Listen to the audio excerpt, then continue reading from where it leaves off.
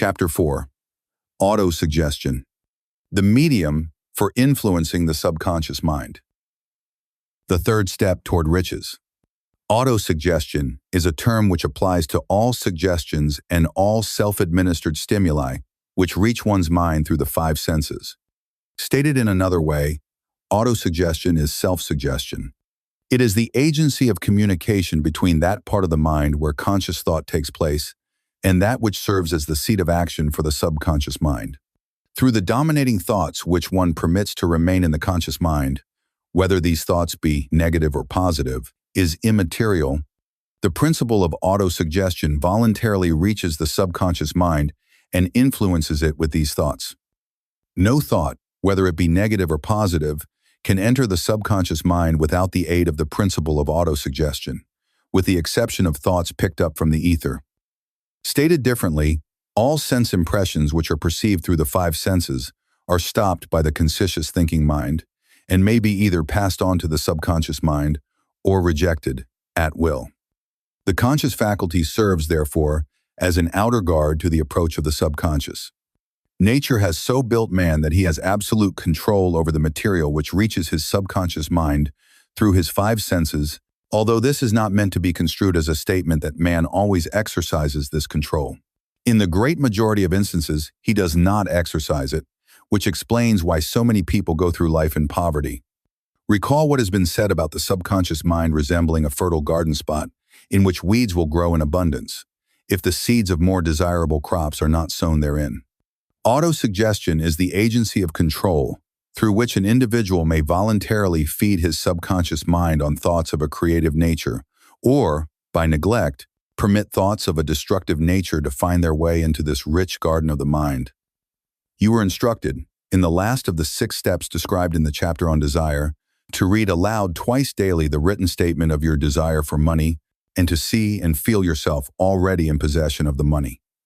By following these instructions, you communicate the object of your desire directly to your subconscious mind in a spirit of absolute faith. Through repetition of this procedure, you voluntarily create thought habits which are favorable to your efforts to transmute desire into its monetary equivalent. Go back to these 6 steps described in Chapter 2 and read them again very carefully before you proceed further. Then, when you come to it, read very carefully the 4 instructions for the organization of your mastermind group described in the chapter on organized planning. By comparing these 2 sets of instructions with that which has been stated on autosuggestion, you, of course, will see that the instructions involve the application of the principle of autosuggestion. Remember, therefore, when reading aloud the statement of your desire, through which you are endeavoring to develop a money consciousness, that the mere reading of the words is of no consequence unless you mix emotion or feeling with your words. If you repeat 1,000,000 times the famous Emile Coué formula, day by day, in every way, I am getting better and better, without mixing emotion and faith with your words, you will experience no desirable results.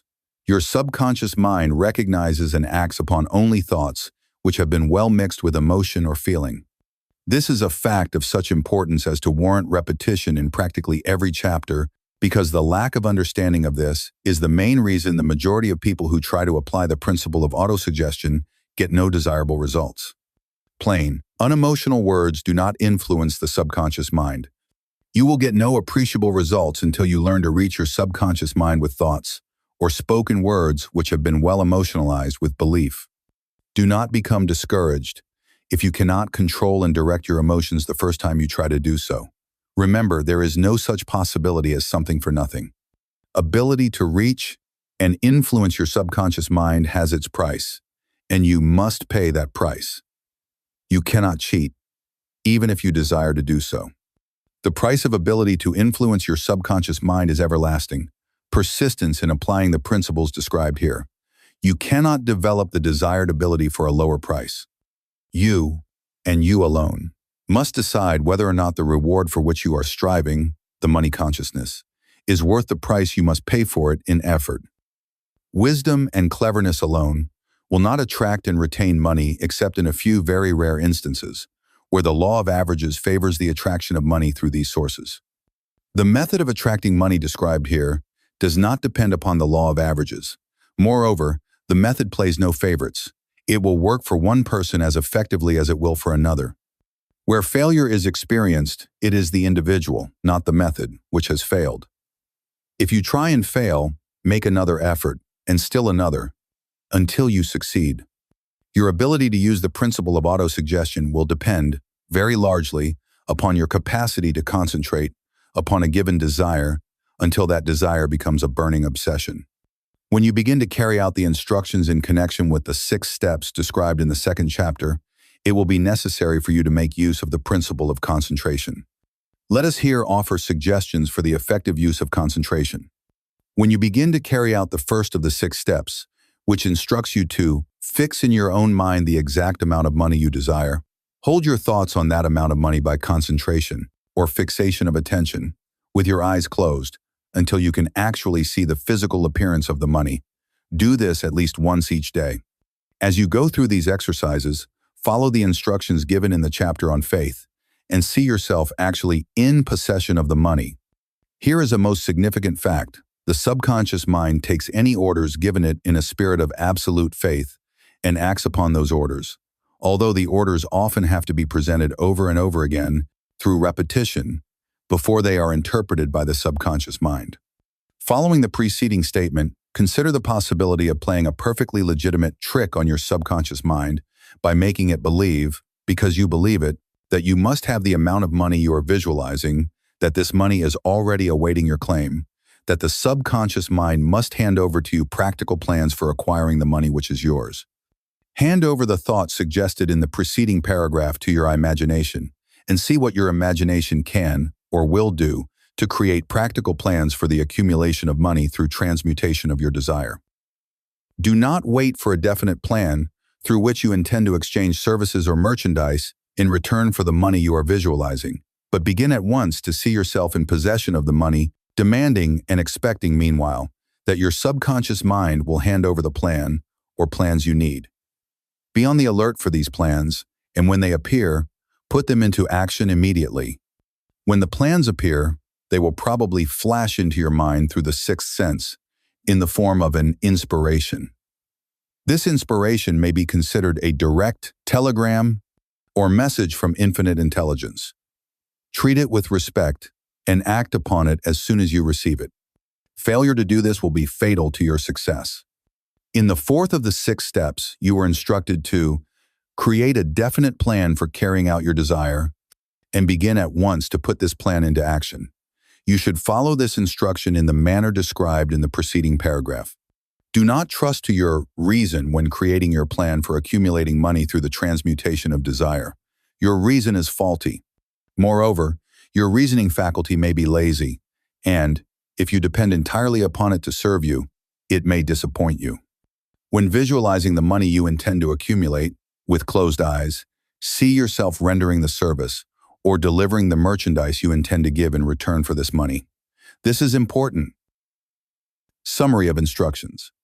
The fact that you are reading this book is an indication that you earnestly seek knowledge. It is also an indication that you are a student of this subject.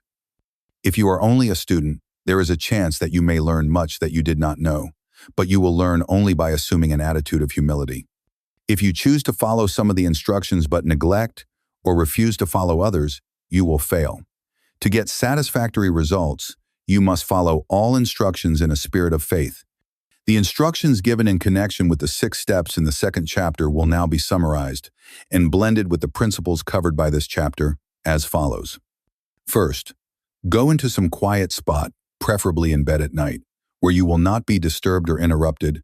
Close your eyes and repeat aloud, so you may hear your own words. The written statement of the amount of money you intend to accumulate, the time limit for its accumulation, and a description of the service or merchandise you intend to give in return for the money. As you carry out these instructions, see yourself already in possession of the money.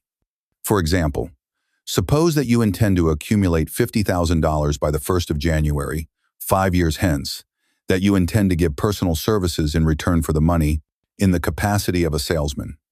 Your written statement of your purpose should be similar to the following. By the 1st day of the 19th of January, I will have in my possession $50,000, which will come to me in various amounts from time to time during the interim. In return for this money, I will give the most efficient service of which I am capable, rendering the fullest possible quantity and the best possible quality of service in the capacity of salesman of, describe the service or merchandise you intend to sell. I believe that I will have this money in my possession.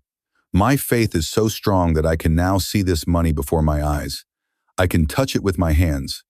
It is now awaiting transfer to me at the time, and in the proportion that I deliver the service I intend to render in return for it. I am awaiting a plan by which to accumulate this money, and I will follow that plan when it is received. Second, repeat this program night and morning until you can see, in your imagination, the money you intend to accumulate. Third, place a written copy of your statement where you can see it night and morning and read it just before retiring and upon arising until it has been memorized. Remember, as you carry out these instructions, that you are applying the principle of autosuggestion for the purpose of giving orders to your subconscious mind. Remember also that your subconscious mind will act only upon instructions which are emotionalized and handed over to it with feeling. Faith is the strongest and most productive of the emotions. Follow the instructions given in the chapter on faith. These instructions may at first seem abstract. Do not let this disturb you. Follow the instructions, no matter how abstract or impractical they may at first appear to be. The time will soon come, if you do as you have been instructed, in spirit as well as in act, when a whole new universe of power will unfold to you. Skepticism, in connection with all new ideas, is characteristic of all human beings. But if you follow the instructions outlined, your skepticism will soon be replaced by belief, and this, in turn, will soon become crystallized into absolute faith. Then you will have arrived at the point where you may truly say, I am the master of my fate. I am the captain of my soul. Many philosophers have made the statement that man is the master of his own earthly destiny, but most of them have failed to say why he is the master. The reason that man may be the master of his own earthly status, and especially his financial status, is thoroughly explained in this chapter. Man may become the master of himself and of his environment because he has the power to influence his own subconscious mind, and through it, gain the cooperation of infinite intelligence. You are now reading the chapter which represents the keystone to the arch of this philosophy. The instructions contained in this chapter must be understood and applied with persistence if you succeed in transmuting desire into money. The actual performance of transmuting desire into money involves the use of autosuggestion as an agency by which one may reach and influence the subconscious mind. The other principles are simply tools with which to apply autosuggestion. Keep this thought in mind, and you will, at all times, be conscious of the important part. The principle of autosuggestion is to play in your efforts to accumulate money through the methods described in this book. Carry out these instructions as though you were a small child. Inject into your efforts something of the faith of a child. The author has been most careful to see that no impractical instructions were included because of his sincere desire to be helpful. After you have read the entire book, come back to this chapter and follow in spirit and in action this instruction. Read the entire chapter aloud once every night until you become thoroughly convinced that the principle of autosuggestion is sound, that it will accomplish for you all that has been claimed for it. As you read, underscore with a pencil every sentence which impresses you favorably. Follow the foregoing instruction to the letter, and it will open the way for a complete understanding and mastery of the principles of success.